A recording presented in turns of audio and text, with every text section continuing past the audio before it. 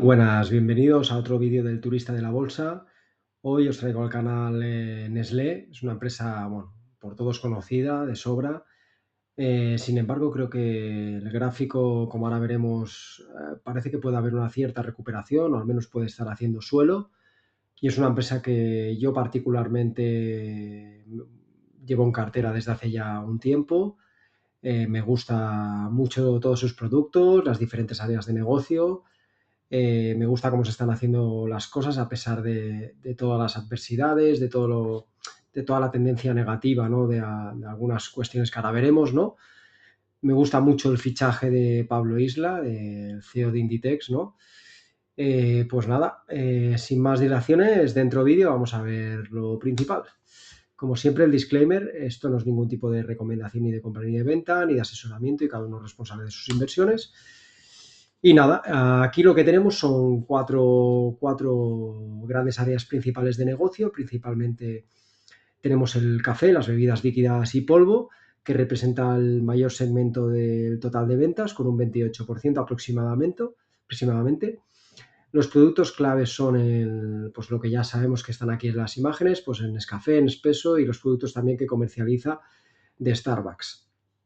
Tiene márgenes muy altos, en torno al 20 al 22%, ya que el café soluble y las cápsulas tienen un alto poder de fijación de precios y una altísima fidelidad. Al final lo que se traduce en unos márgenes elevados, ¿no? Muy elevados. Yo particularmente, por ejemplo, cada mañana desayuno Nescafé como el que se ve aquí en esta imagen, y recientemente he probado la bebida esta que tenemos aquí a la derecha también y me ha gustado bastante. Asimismo, bueno, una de las tendencias que hay últimamente es que los jóvenes, ¿no? Esta narrativa de que los jóvenes no beben alcohol. Por ejemplo, tenemos Pernod Ricard o Diageo, que son también empresas que están absolutamente de capa caída en bolsa, ¿no? A pesar de que sus números pues tampoco es que sean horribles, pero básicamente porque hay esta narrativa en contra, ¿no? De que los jóvenes ya no beben alcohol, lo cual en parte es cierto. Y aquí en particular, pues Nescafé está ofreciendo este tipo de productos de café congelado, ¿no? O café frío, digamos, café helado, lo cual está bastante bueno, os lo recomiendo que lo probéis. Segunda pata del negocio es el pet care, es el cuidado de mascotas, tiene un peso en ventas de aproximadamente el 21%, es el motor de mayor crecimiento, sin duda alguna en el futuro será el mayor segmento de ventas, superando al de café. Los puntos clave que tiene son el de Purina Pro Plan, el de Félix. Desde aquí le mando un gran saludo a mi amigo Faxman, Félix, que todos tenemos un amigo que se llama Félix. Pues a partir de ahora os acordaréis de Nestlé.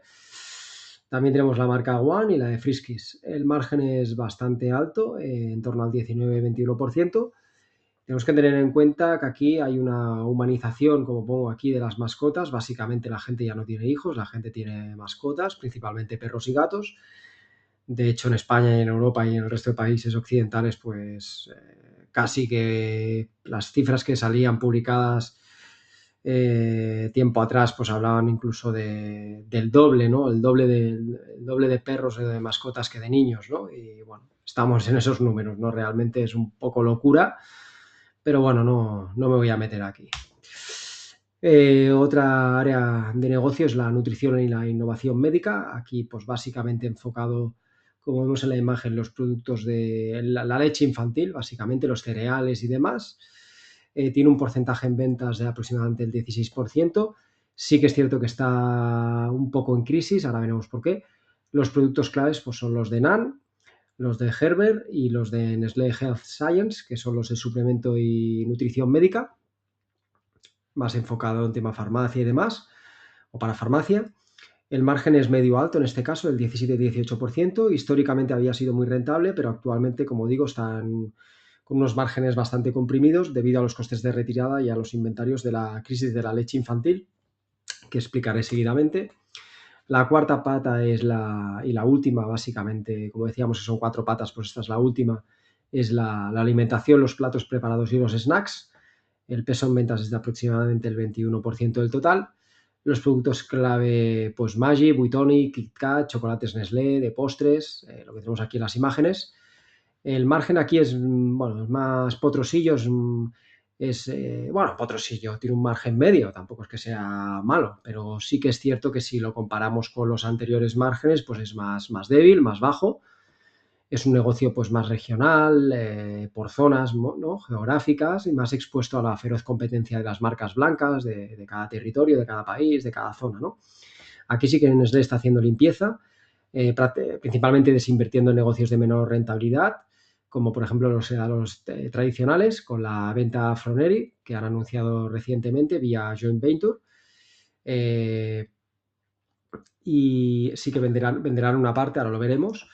Y en 2019 ya vendió todo el negocio de Estados Unidos y ahora pues en 2016 venden el resto, ¿no? Aquí un poco los números, ¿no? Para entrar un poco ya en las entrañas, entrando en chicha. Bueno, a nivel de ventas, ahora lo veremos en los gráficos, todo esto, pero a nivel de ventas, salvo el año 2020, por circunstancias muy particulares, las ventas están súper estancadas, ¿vale? En torno a 90.000 millones de francos suizos, ¿vale? Recordar que es una empresa que cotiza en Suiza. El trading operating profit es en torno a 14, 13, 12.000 millones y el operating profit pues en torno a 11.000, 12.000, 13.000, depende del año, ¿no? Están en estos entornos. Al final los márgenes sobre las ventas oscilan del 11, 12, 13%. Algunos años sí que se puede dispararse más al 16, 17, 18, que son unos márgenes muy interesantes. Y el beneficio, pues salvo los años del 2014 y 2021 que están aquí sombreados en color lila, que son los años que hubo una desinversión parcial de las participaciones de L'Oréal, de la cual actualmente todavía ostenta el 21%, que como veremos es muy interesante. Pues como digo, el beneficio de estos últimos años, del 2014 al 2025, estos 11 años, pues ha rondado los 10.000 millones. Bueno, a veces han sido 8.500, 12.500, bueno, en estas cifras, ¿no? El porcentaje sobre las ventas, el margen, estaría en torno dependiendo del año, pues puede estar en torno al 10, al 8, algún año al 11, al 13, al 9, bueno, más o menos se mueve en estos rangos, digamos entre el 10 y el 13, o entre el 8 y el 13, bueno, estos rangos. A nivel de EBITDA, tres cuartos de lo mismo, se movería en torno a rangos de 15 a 20.000, 15 a 20.000 millones de francos suizos. El BPA, pues sí que ha habido pues, unas ligeras variaciones, como vemos, dependiendo del año. La capitalización más o menos está en torno a los 200.000 millones, poco más, poco menos. Sí que hubo unos años que se disparó incluso hasta 300.000, siendo la empresa más valiosa de Europa. Recientemente sí que se ha visto superada ya por ASML y otro tipo de empresas. A nivel de cotización, pues básicamente ha estado en torno, todos los años, en torno a los 72 hasta los 127 que tocó máximos en 2021, pero la mayoría de años ya, sobre todo estos últimos años, ya nos hemos movido en torno a los 80, 90, 80, 70. Yo creo que ahora ha hecho suelo en este entorno, como veremos en el gráfico. Aquí sí que me gusta un punto, que es el número de acciones en circulación, que ha disminuido de 3.188 millones a 2.573. O sea, es una disminución bastante importante. Es verdad que las recompras las hicieron en los años que las acciones no estaban más baratas, pero bueno, sí que han aprovechado de alguna manera las bajadas que ha habido, como veremos en el precio medio que les ha quedado de las últimas recompras. A nivel de free cash flow, pues se mueve en torno a unos 10.000 millones de francos suizos al año. Esto estaremos hablando entre 3 y 4, el free cash flow dividido entre las acciones, ¿no? 3 y 4 por acción. La deuda neta básicamente se ha disparado de una manera brutal, ha pasado de 12.000 millones a 49.000, a 50.000 millones prácticamente. Esto es un punto que no me gusta nada. Bueno, no es que sea a mí particularmente a nivel subjetivo, sino es una cosa totalmente objetiva. Una empresa que al final va acumulando deudas a través de recompras de acciones, dividendos, malas inversiones, pues no es una empresa apetecible, ¿no? Y a nivel de EBITDA, pues bueno, está en uno de los rangos más bajos actualmente en 2025, en torno a 12,38 aproximadamente. Y ahora lo veremos todo esto con más gráficos, ¿no? Nivel de CAPEX se mueve en torno a los 3, 4.000, 5.000, en torno a básicamente 4 o 5.000 millones al año, lo cual es un CAPEX bastante elevado. A nivel de inventario sí que ha habido un aumento, a pesar de que las ventas se han mantenido en torno a los 90.000 euros, pues los inventarios han aumentado de 9.000 a 12.000, casi 13.000 millones. Esto es otro aspecto negativo. Ahora se están centrando en reducir este inventario. ¿Qué más datos? Bueno, a nivel de ROA, del beneficio neto dividido entre los activos totales, pues en torno al 7, 8, 9, 10%. En cuanto al ROCE, pues más o menos estaría en torno, dependiendo del año. Hay años que al 10, al 15, al 18, al 13. Bueno, aquí sí que hay más variabilidad. El dividendo por acción ha ido aumentando desde el 2014, 2,15 al 2025, 3,05 por acción. Por tanto, aumenta prácticamente un 30% estos últimos 10 años. Bueno, ahora veremos que es aristócrata del dividendo, con lo cual analizaremos un poco el impacto que esto está suponiendo en el free cash flow. El payout es bastante elevado actualmente, en torno al 70-80%, 85%. Y las recompras, como digo, sí que hubo años muy potentes en el 2018-19, también el 2020-21, sobre todo el 2022, en torno a 6.000, 9.000, 6.000, 6.000 y 10.000 millones respectivamente, siendo en menor cuantías en 2023 y en 2024 con 5.000 y 4.000 millones, ¿no? Y de hecho me llama poderosamente la atención que en 2025, que es cuando la acción ha estado más barata, pues prácticamente no han recomprado nada porque fueron 213 millones de francos suizos, ¿no? Aquí sí que ha habido una mala asignación de capital, otro punto negativo. Por tanto, ya tenemos aquí tres banderillas, que básicamente es, como decíamos en la diapositiva anterior, el tema de la deuda, que la ha aumentado considerablemente, el tema de las ventas, que están prácticamente estancadas, con un crecimiento muy bajo, de un solo dígito, de un dígito bajo, de un solo dígito bajo, el CAPEX, que es bastante elevado, y el dividendo por acción, que bueno, que es sostenible, pues un poco justito, ¿no? Y las recompras de acciones que nos han hecho. La verdad que la directiva que había anteriormente la ha hecho como el puto culo, las cosas como son, así que confiamos un poquito más en Pablo Isla. Dicho eso, pues el tema de dividendos. Básicamente, Nestlé es un aristócrata del dividendo, lleva más de 30 años aumentándolo y más de 60 años sin recortarlo. Pero sí que es verdad que en los últimos años el margen de ampliar este dividendo se ha estrechado. El crecimiento del dividendo está en torno al 1 o 3% anual, y el payout estaría en torno al 70-85%. Esto significa que de cada 10 euros limpios que entran en la caja de Nestlé, tras pagar inversiones y mantenimientos, que sería el flujo de caja libre, pues entre 7 y 8 euros, o en este caso francos suizos, se irían directamente al bolsillo del accionista en forma de dividendos. Sí que es sostenible, como digo, pero está en una zona un poco complicada. Yo incluso sería partidario incluso de recortarlo para bajar un poco la deuda. Todo de que la deuda ahora veremos que aunque esté disparada, tampoco es que sea una locura. Ya la veremos por qué. Cualquier caso, el tema de recompras, como decíamos, la asignación de capital por parte de la anterior directiva ha sido bastante nefasta. Recientemente ha habido un cambio a nivel estratégico, de decisión estratégica de asignación de capital, por el cambio de directiva también. Ahora ya las recompras no es una prioridad, como hemos visto en 2025 que apenas han realizado. Por tanto, se puede hablar de fin de ciclo, ¿no? Nestlé completó en diciembre del año 2024 un megaplan de 20.000 millones que había iniciado en el año 2022 a un coste medio de 107,74 francos suizos, aproximadamente 187 millones de acciones. Como vemos, el precio medio 107 es bastante alto si se tiene en cuenta que la cotización actualmente está en torno a los 83 francos suizos y hace unos días o semanas y estos últimos meses se ha movido en torno a los 70, 75, 70 y pico, ¿no? 80. Por tanto, la asignación de capital en este punto a nivel de recompras de acciones es bastante mala. Nivel de deuda y el rating, pues bueno, básicamente se ha disparado el ratio de apalancamiento de Nestlé a 3 veces, el EBITDA. Esto la directiva tiene la prioridad ahora de bajarlo, aunque tampoco por el tipo de sector que es un sumo defensivo no es una locura. Como digo, hay este cambio de estrategia para centrarse en el crecimiento orgánico, potenciando también la innovación, en la inversión en I+D y el poder de sus marcas, ¿no? A través de la fijación de precios, del poder de fijación de precios, incluso reduciendo el portfolio, como decíamos, la venta de Froneri del segmento de helados, que serían activos no estratégicos. Y también, como ahora veremos, el del agua, ¿no? Perspectivas de negocio, como veíamos, aparte de lo comentado de los dividendos y las recompras, tenemos el impacto negativo del GLP-1, básicamente Ozempic, Wegovy, Zepbound de Novo Nordisk y Eli Lilly, que están suponiendo una de las mayores fuerzas disruptivas en la industria del consumo masivo. No solo está afectando a Nestlé, está afectando a todo tipo de empresas, Por ejemplo, si cogemos el gráfico de General Mills, Mondelez y demás, o Kraft, están totalmente hundidas en bolsa. Te digo que sus números pues tampoco es que sean malísimos, ni muchísimo menos, simplemente están estos últimos años estancadas.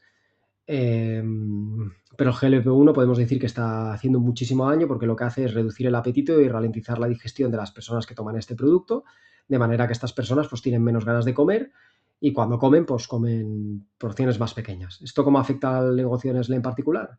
Pues que al final no puede vender a volumen como hacía antes, los clientes, los consumidores se lo piensan dos veces, se han vuelto más minuciosos en las compras debido a esta falta de apetito y a nivel de productos perjudicados, pues son los snacks ultraprocesados, las bebidas azucaradas, bueno, todo lo que sea calorías a tope, pues esto mal, ¿no?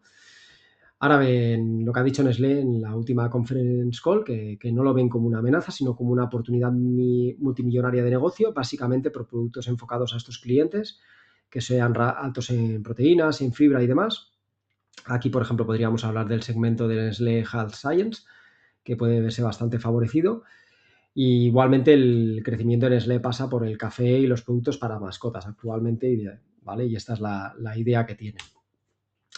Más perspectivas de negocio, pues la crisis de la leche infantil, como decíamos, en diciembre del 2025 Nestlé detectó, haciendo unos controles rutinarios en las fábricas en Países Bajos, pues una toxina que básicamente era un ingrediente que se llama aceite ARA, que estaba suministrado por un proveedor externo, bueno, de China básicamente, porque al final ahí pues hacen la materia prima que la, la exportan aquí a Europa y aquí pues en las fábricas acaban de hacerlo todo, ¿no?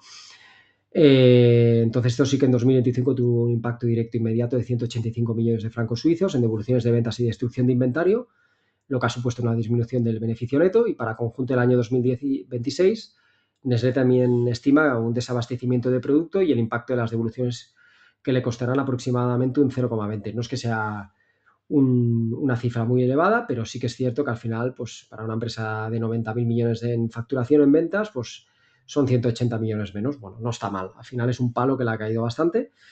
De hecho, en el primer trimestre del año 2026, el área de nutrición infantil, como hemos visto los productos de NAN, que son los típicos, o otros similares, son los que se han visto más afectados, ¿no? Porque al final esto la gente le coge miedo y bueno, yo, por ejemplo, particularmente soy padre y sigo comprando este tipo de productos porque al final creo que es un hecho aislado que ha afectado a más. Al final esta toxina estaba en otros productos también de Danone y de otras marcas, principalmente en Francia, pero también en otros países.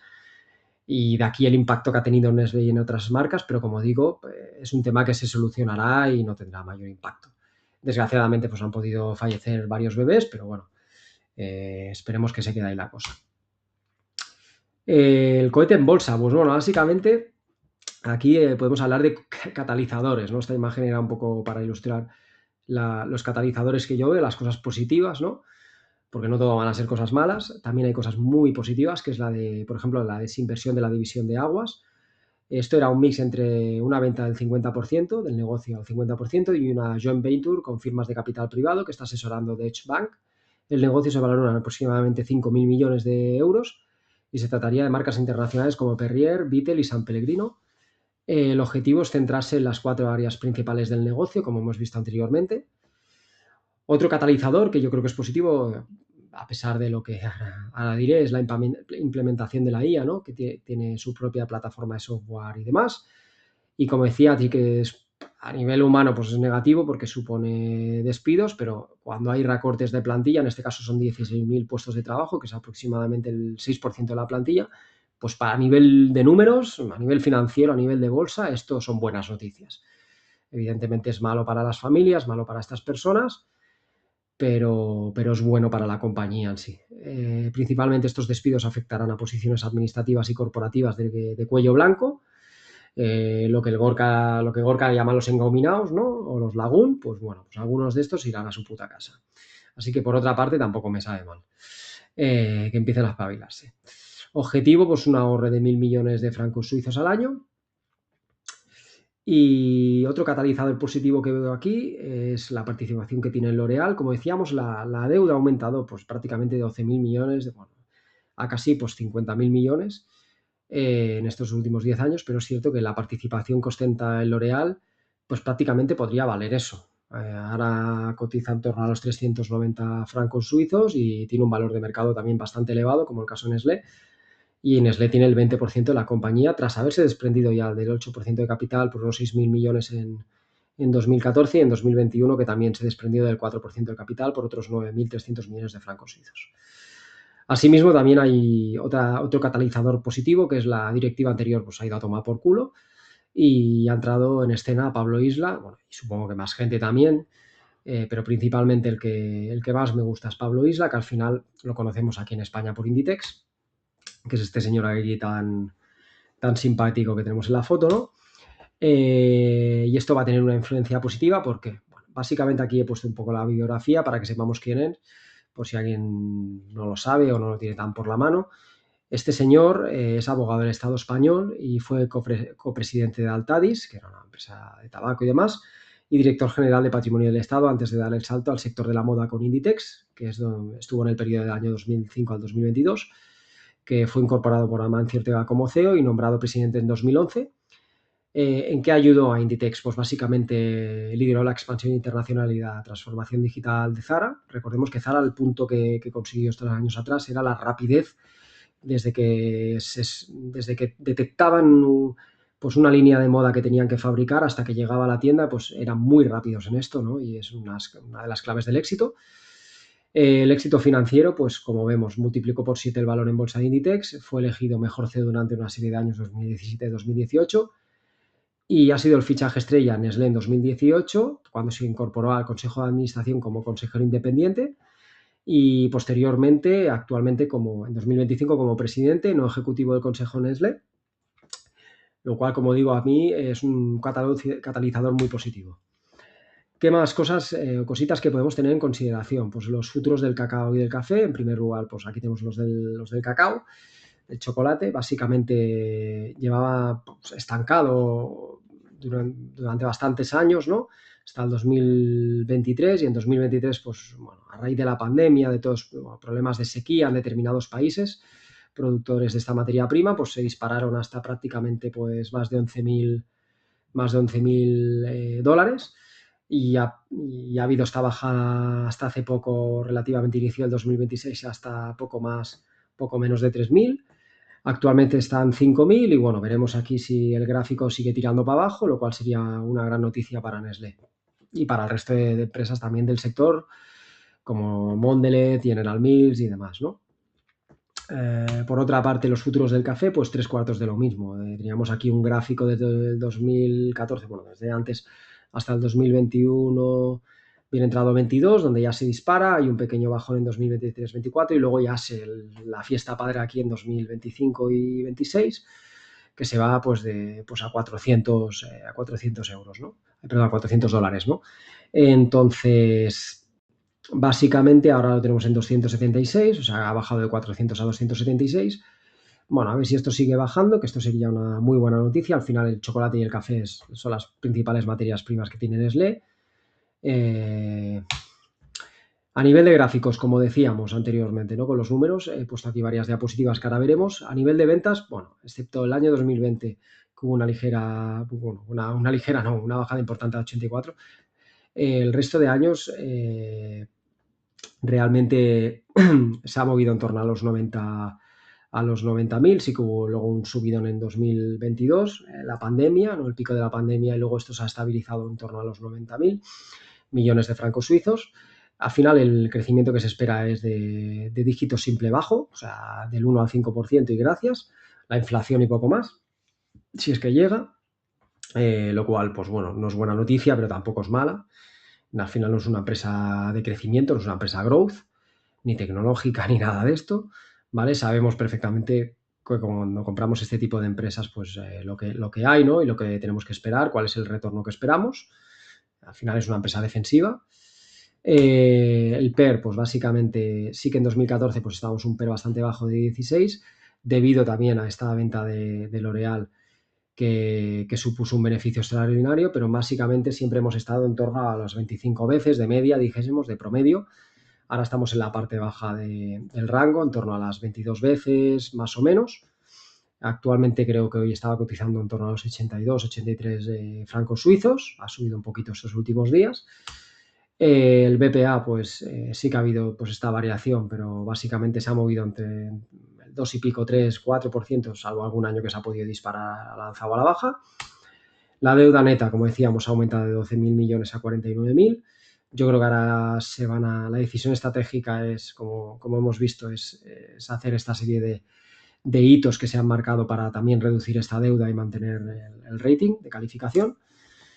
A nivel de EBITDA, de V/EBITDA, pues tenemos aquí un rango bastante bajo porque normalmente se ha movido en torno a 15, 16, 17, incluso a veces un poco más, a 18, 19, 20 veces. Ahora estamos en el rango de las 12, 11, 12, 13 veces, lo cual por eso yo considero que actualmente pues puede estar haciendo suelo y puede ser una buena oportunidad para incorporar la cartera a quien no la tenga. Evidentemente cada uno es dueño de sus inversiones y esto no es ningún tipo de asesoramiento ni consejo.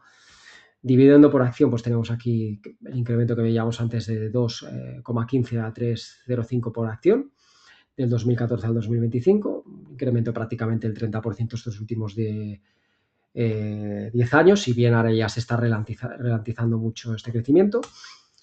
Y nada, sin mucho más, antes de irme sí que os quería enseñar aquí lo que vendría a ser el gráfico. Básicamente, ¿qué tenemos aquí? Como decía, hemos tocado aquí suelo prácticamente, o yo no tengo la bola de cristal, pero parece que podríamos estar tocando aquí suelo en torno a los 68, 69, 70 francos suizos por acción. Parece que podría haber aquí pues una consolidación, y esto podría ser un pequeño canal al alza que se podría estar rompiendo. Evidentemente yo no soy analista técnico, al final yo no domino tanto esta cuestión, pero sí que creo que a largo plazo, pues bueno, puede ser una inversión interesante.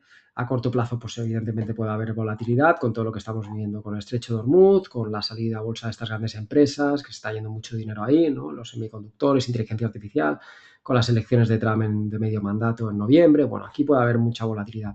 Precio de petróleo en verano. Pero bueno, en cualquier caso, creo que al final es una empresa que puede capear bien el temporal si se ejecutan todos estos hitos que hemos comentado de manera satisfactoria. Y bueno, que tenerla en cuenta por si consideráis que la tenéis que incorporar a la cartera. Y sin más dilaciones, pues nada, un gusto teneros aquí otra vez. Un saludo y buenas inversiones. Si os ha gustado el vídeo, dejadme un like o un comentario y hasta la próxima.